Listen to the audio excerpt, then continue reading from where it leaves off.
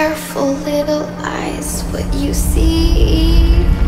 Oh, be careful, little eyes, what you see. There's a Father up above, and He's looking down in love. So be careful, little eyes, what you see. Oh, be careful, little hands, what you do. Oh, be careful, little hands, what you do. There's a Father up above, and He's looking down in love. So be careful, little hands, what you do. Oh, be careful, little mouth, what you say. Oh, be careful, little mouth, what you say. There's a Father up above, and He's looking down in love. So be careful, little mouth, what you say. Hey, the outsider!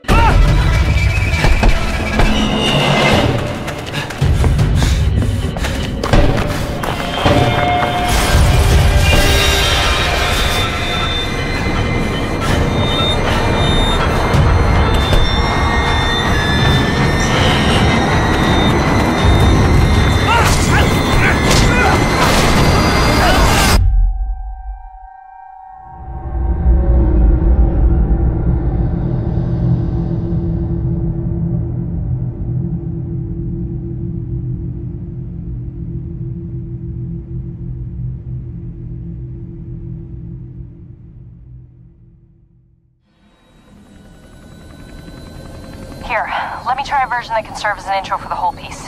Tell me when we're good. Okay, we're good. 2 weeks ago, a young woman was found wandering, barefoot, pregnant, and alone on a barren stretch of highway 100 miles from the nearest... Oh, the fuck? Did you see that? We lost the engine. Fuck. Fuck! Oh, Jesus Christ! Oh, no, Juliet! I'm not you! Going down!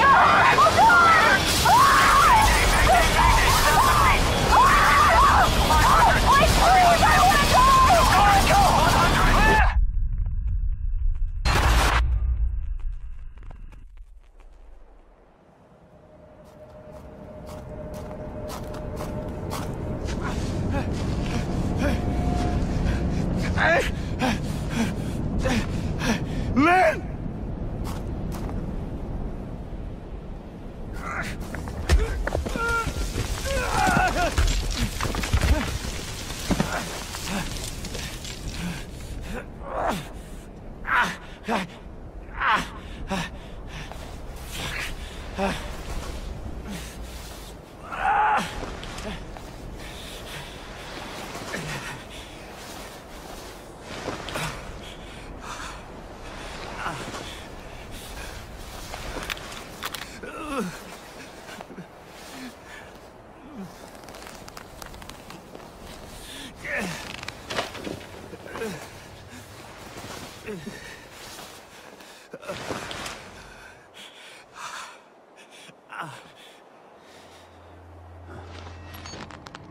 Lynn? Lynn! Lynn! Lynn!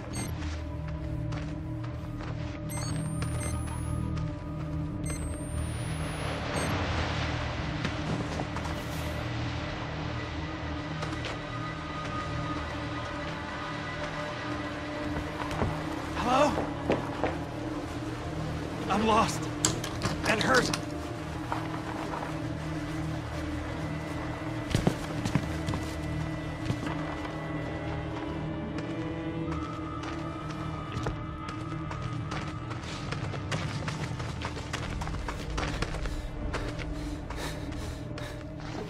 Is anybody there? Please. Who's...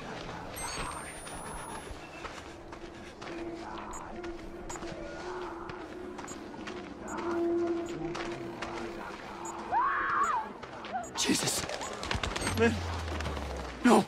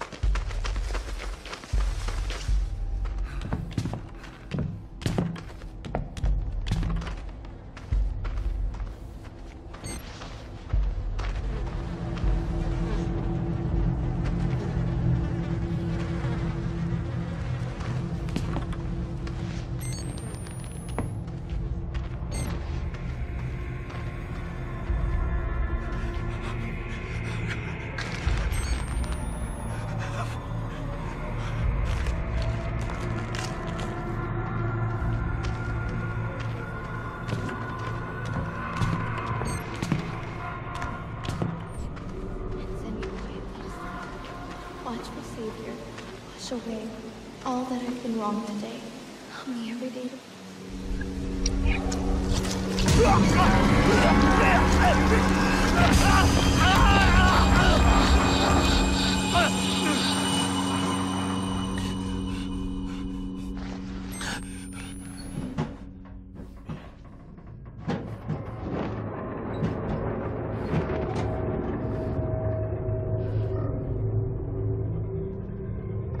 Please, Blake. Don't let this happen.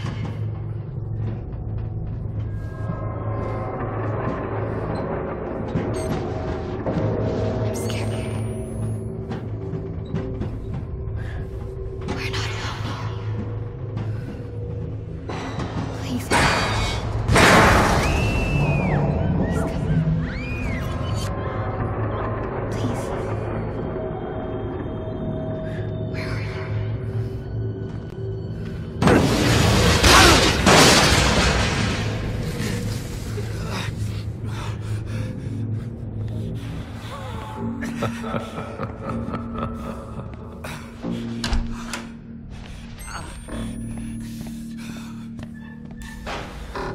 I'm scared.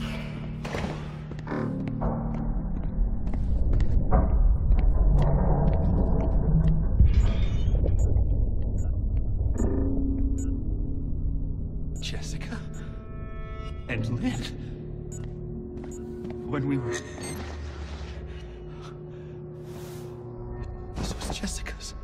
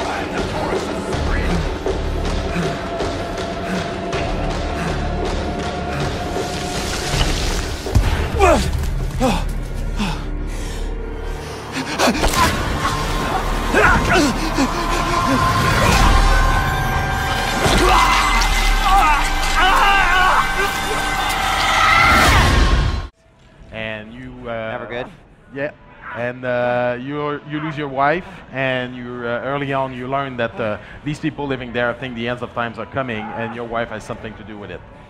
And Oh no! immediately, like Outlast fans are like, it's already so crazy because we did not have too many outdoor environments. I mean, you start the game, there's a few points where you go from like building to building, and I don't think Whistleblower had any outdoor environment. So this is totally like a new approach. Yeah, we didn't want the sequel to feel like just a longer DLC, so we wanted to give players something new. And we're going to mix up environments a lot more than we did in the first game. So more open environments, but we're still going to have corridors, and the whole game will feel like just one big descent into hell. Awesome. And immediately it looks fantastic, by the way. So great work on that.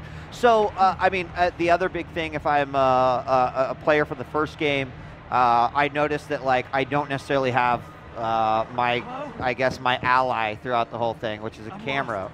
Do I have anything similar in this game, or will be experiencing the game totally differently? No, the core gameplay is pretty much the same as the first one. Okay. We added a few things here and there, of course, to keep it fresh.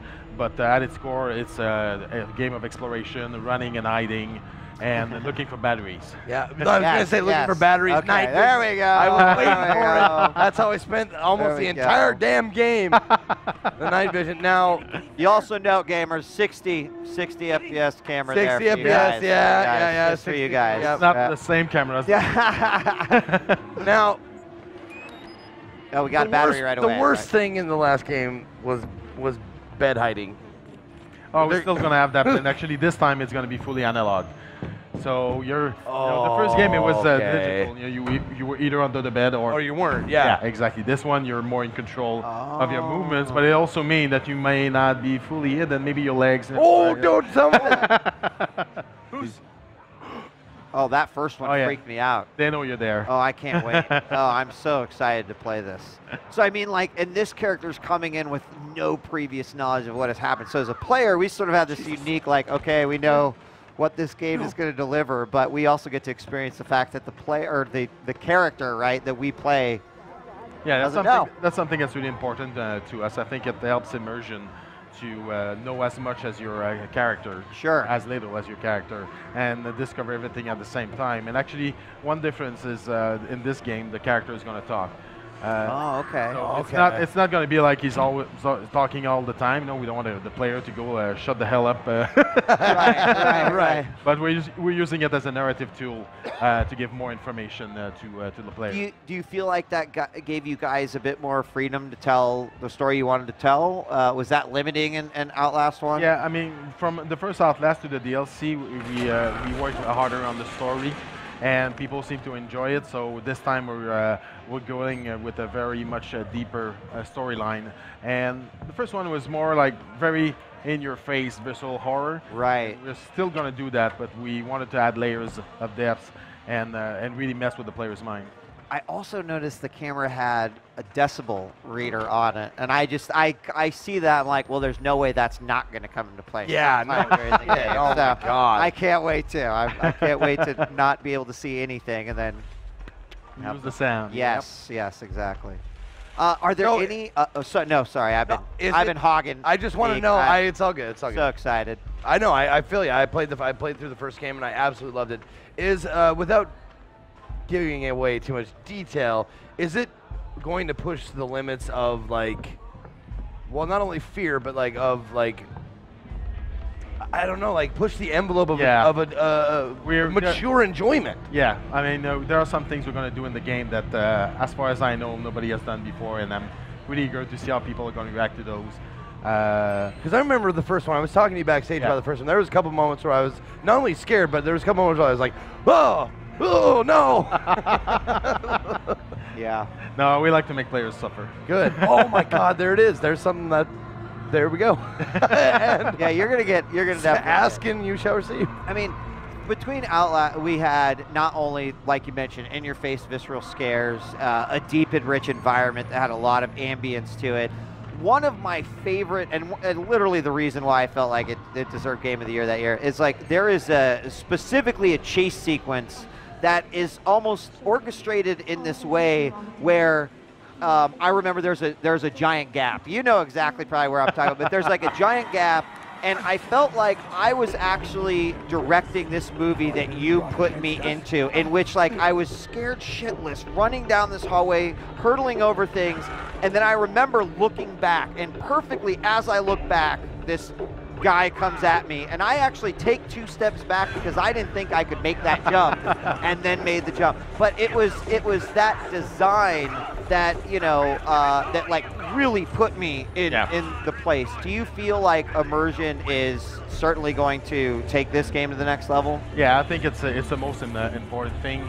And on our side as designers, it means that we have to cover every possible situation. So it means a lot of scripting, but I think those little things, those little details, like you just said, pay off. In the water! Oh, no way. Oh, hide in the water. No way. And it's very clean water, as you can see.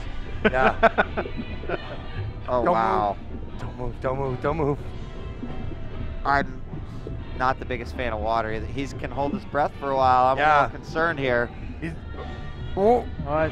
What? Bubbles are coming. Yeah. So, I mean, fans have been waiting for quite a long time for the sequel. Do we have a release date yet? On our side, we'll get the game done this fall. Good. Okay. But depending on when exactly it gets done, we'll see if we have time to release it before the holidays. Sure. It has to be afterwards. Okay. So you're going to keep us on the edge of our seats, but that's okay. We're very excited about everything the game is going to bring. And, you know, I also had to ask, from a design perspective, while the outdoors probably gives you a little bit more freedom, it means that the player also has like more freedom. It's not just that hallway or that hallway. Yeah. It's probably the part that was the most work for us. Okay. Because the first one was mostly about running from one guy in a one corridor, and we're still going to have that, but we wanted to mix it up as much as we can so that it doesn't feel repetitive. So we worked for about a year on making those open environments feel as scary as one corridor, and I think it paid off. I mean, based on the reaction I'm seeing so far, people are jumping and screaming despite the noise and the light. So it's really satisfying for us. You can always go right with the cornfield too. Like that's pretty. Yeah, the lighting also, just everything is great. Yeah, Children of the Corn was a. Yeah, that was it's from my home state, Nebraska, actually. Tyler C. Skate, there we go, via Twitter. Outlast 2 looks next level, and I agree. I absolutely cannot wait to play this game. Anything else that you know, you guys have been talking to fans about, or that you want the fans to know about as we prep for this release?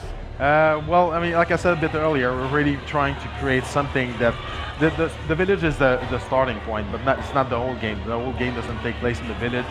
And it's going to feel more like a journey, kind of like Heart of Darkness or Apocalypse Now. The first game was more about you're stuck in this place and you have to go around and find the exit. This time you have to find your wife, and it's going to feel more like a journey. Okay. And that journey will take you into madness. You just jumped in a barrel and you're hiding in a barrel. Who is playing this? You keep moving. You don't stop.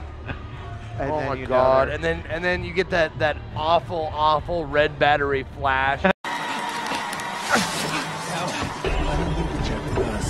Power very rough against us.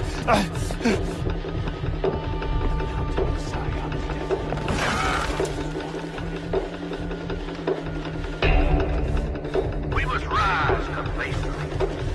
There's no enemy above the outsiders. Not forget us forever. Give them Sake of so long. the club, the best of it all you've got. God rejoices in the spilling of wicked blood.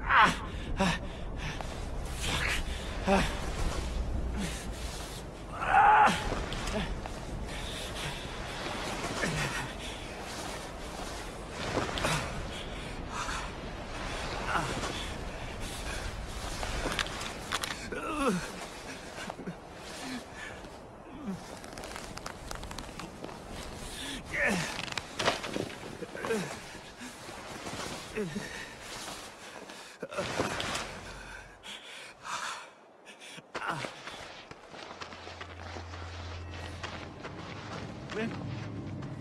Lynn! Lynn! Lynn!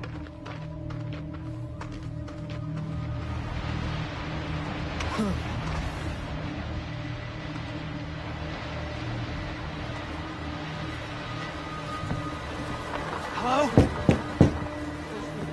I'm lost and hurt.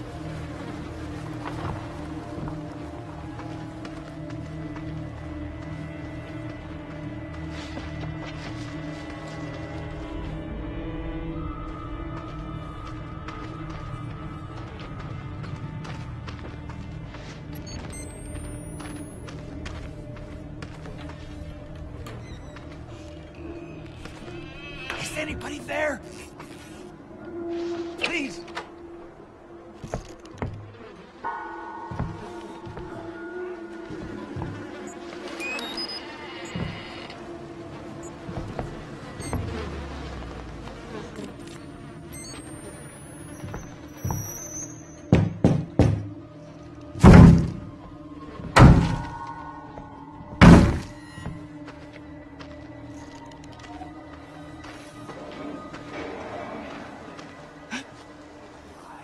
Who's...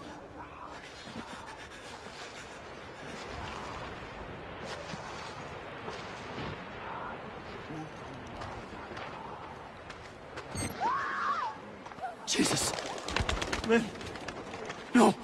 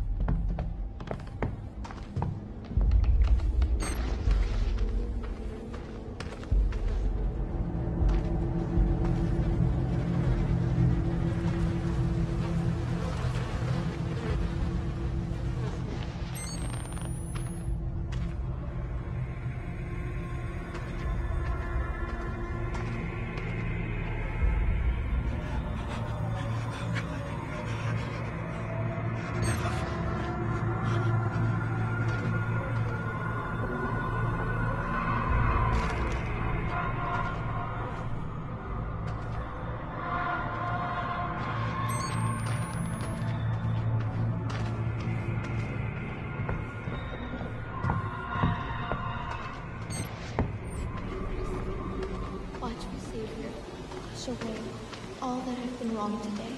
Help me every day to be gentle, more like thee.